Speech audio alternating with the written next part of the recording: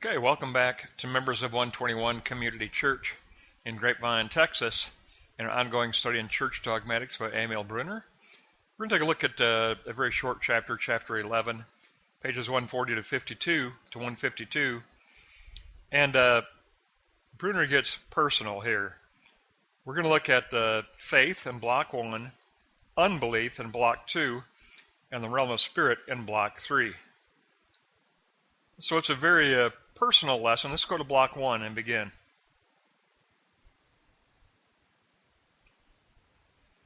Okay, what makes up the faith event? It is an encounter of subjection to Christ as Lord, where we negate egoism. Faith encounter subdues us and leads us to the moment of confession. So it is an event of encounter, it is an event of confession, where Christ's lordship is freely affirmed. We encounter the divine historical person of Christ within the plane of historical events, in the here and now. That leads us from confession, where we confess Christ as Lord, to real transformation. Faith goes beyond confession to discipleship, to real transformation. So we go from encounter to confession. Now let's go to block 1, note 3. The faith as a transformative event of faith as discipleship, creating a disturbance to our way of thinking, our phronema, the mindset changes. Our entire way of thinking changes. It's a disturbance from the divine thou. And it becomes an event of the bestowal of grace. It's an event of gifting. We are gifted this grace. We are gifted faith. Faith is always a gift from the work of the Holy Spirit. And eventually, what we experience is a new birth, an awakening, a new birth, a spiritual rebirth as a new self, as a new spiritual being. The spiritual dimension wakes up, and it wakes up in a very powerful way. So faith for Brunner is encounter, confession, and discipleship. All three must be present. Encounter, confession, and discipleship. That is the proper definition of faith. Faith is a life of faith. It's not only confession. It begins as confession, but it is encounter, confession, and discipleship. Now, what I thought was interesting is in this chapter, he even teaches on unbelief. And I've never seen that before, but Brunner even teaches on the condition of unbelief. So let's go to block 2.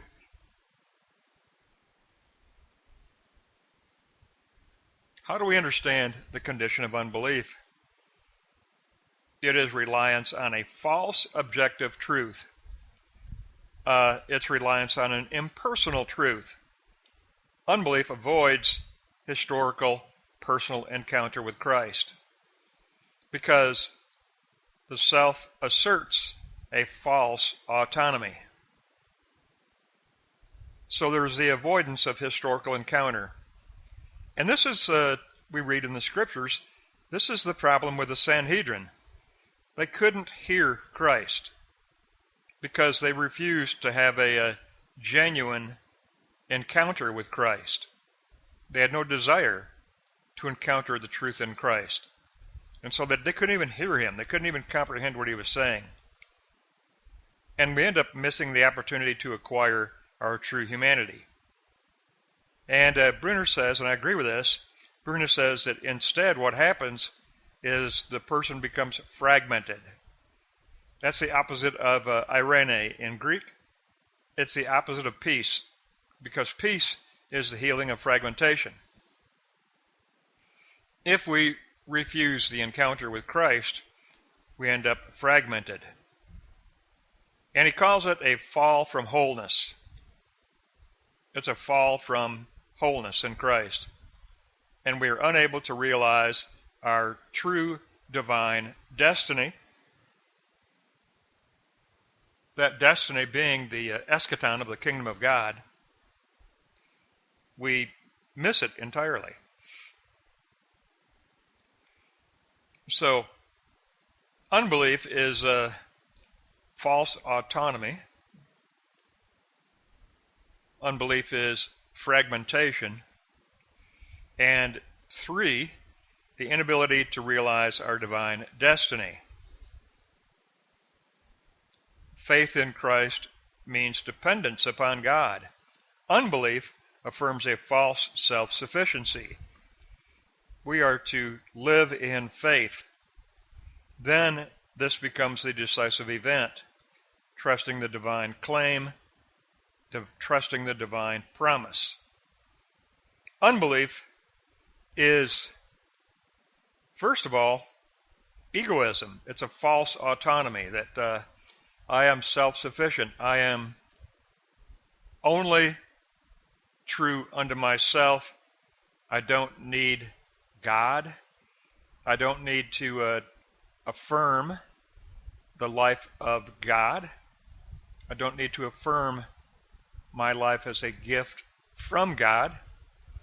So it's a false autonomy. And then it is a continuance of a fragmented life, because we're made whole in Christ. So it's a fall from wholeness. And I think that's the best term right there. I love that.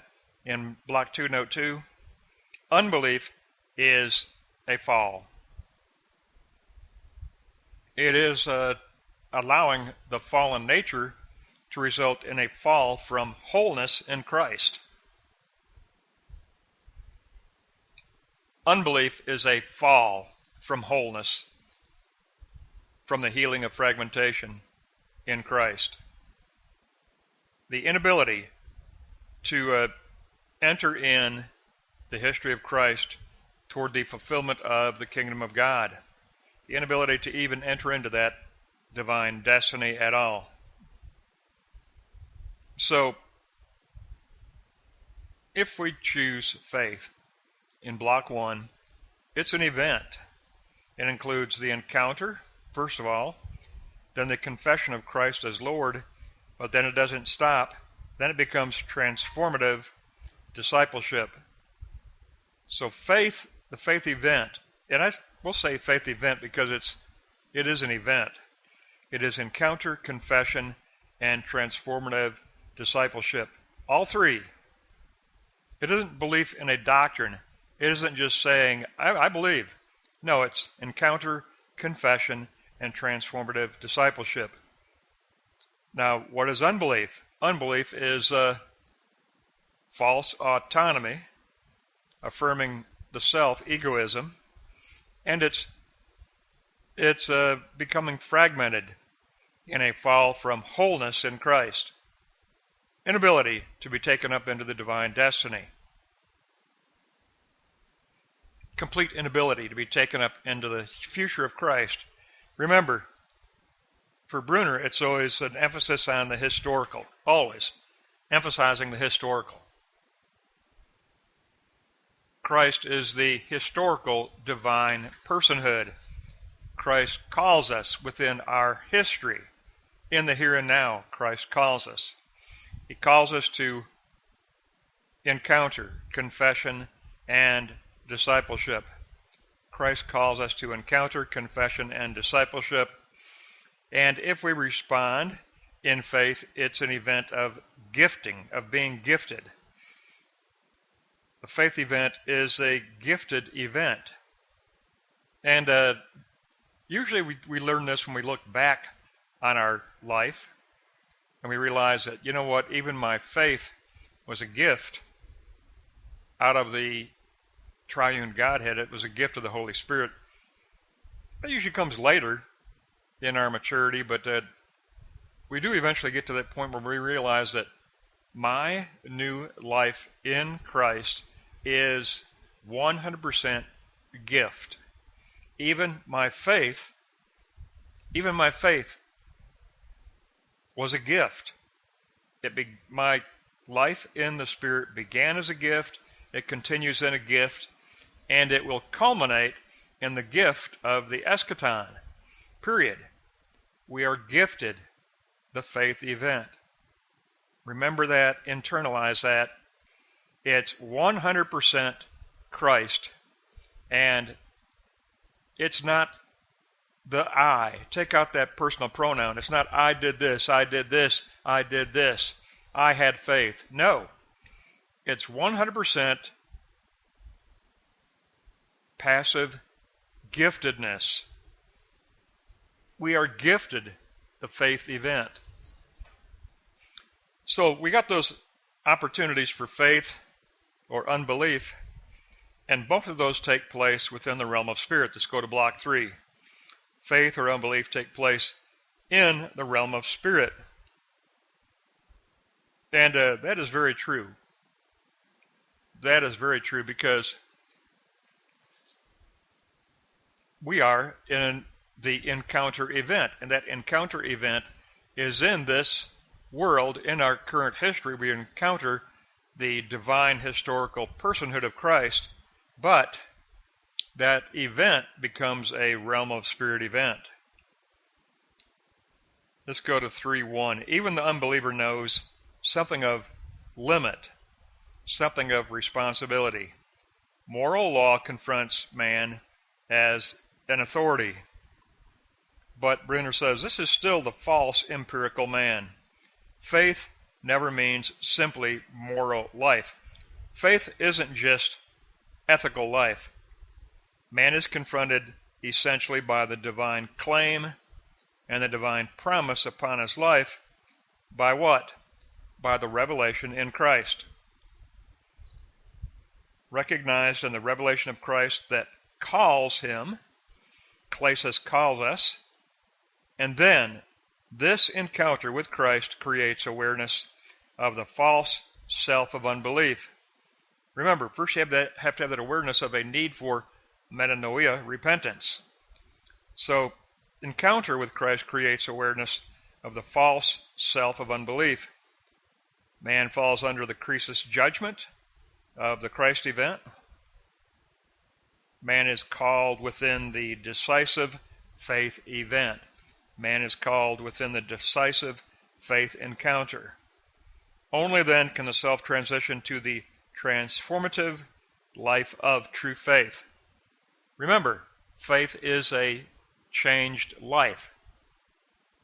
Faith is a changed phronema or phronema, mindset.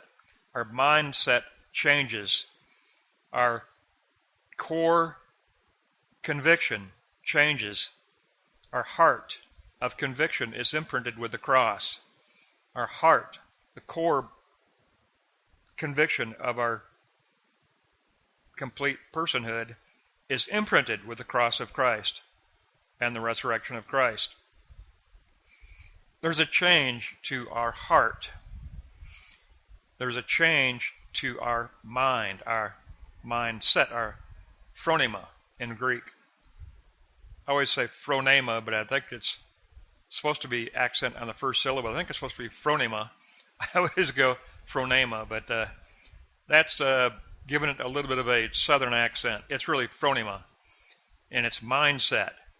In Christ, your mindset changes. You don't think the same way. If you think spiritually, you don't think at that previous level of the empirical self, of just living according to belief that the surface reality is the true reality. No. Phronema changes. Your mindset changes. It changes because you've passed through the faith event that was gifted to you by the triune Godhead. And after we enter into that life of faith, we have an entirely new phronema, an entirely new mindset. And I think of that as a filter. We have a new spiritual worldview. And that new spiritual worldview is filed away on our long-term memory. And we don't call it up all the time, but we do. It's there. And if we need to call it up, we call it up. And it's kind of a filter. It's a spiritual Christian worldview that shapes our mindset, our phronema. That's going to wrap up chapter 11, 140 to 152, and our next lesson is going to be just the first part of 12, 152 to 162. It's on the witness of Scripture. Next time, 152 to 162. We'll start chapter 12 next time. It'll just be 12a next time.